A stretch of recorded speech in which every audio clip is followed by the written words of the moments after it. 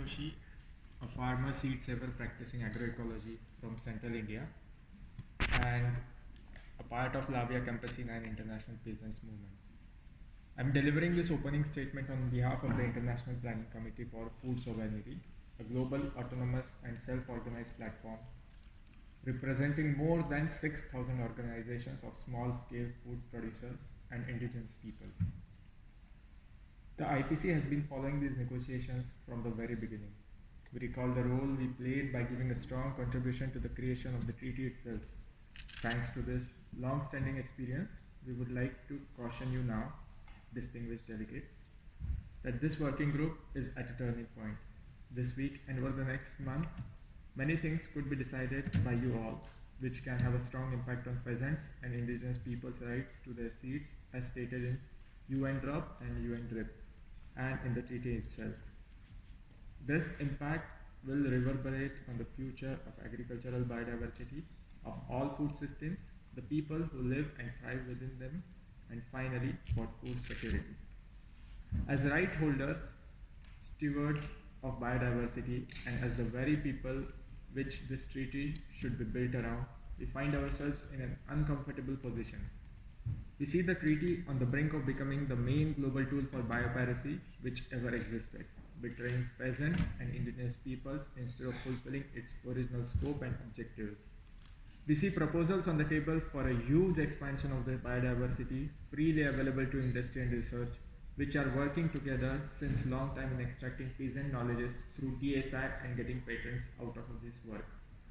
We see proposals to access plants in situ conditions, which is something unacceptable for farmers without their consent.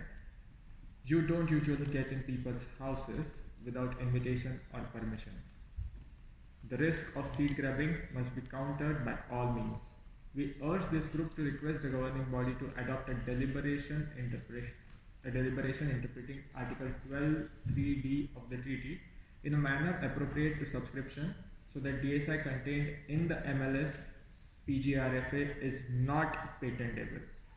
Subscribing recipients may not claim any intellectual property rights or other rights limiting facilitated access to plant genetic resources for food and agriculture or to their genetic parts or components in the form received from the multilateral system.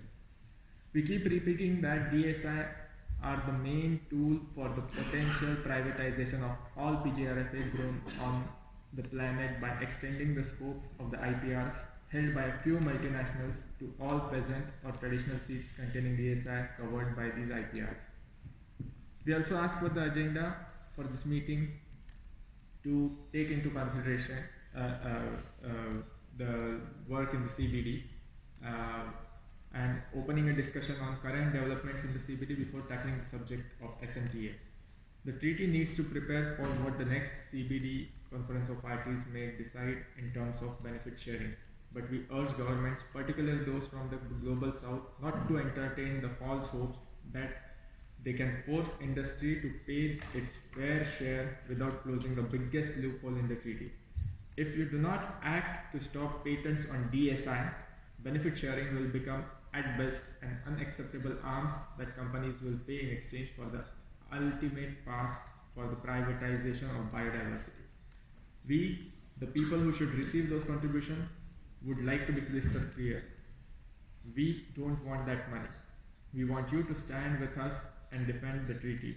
No intellectual property or other rights should be allowed to restrict the rights of farmers to use, exchange and sell their seeds. That is what we are fighting for, and we call on all of you to be at our side, not only for our future, but also for your future as well.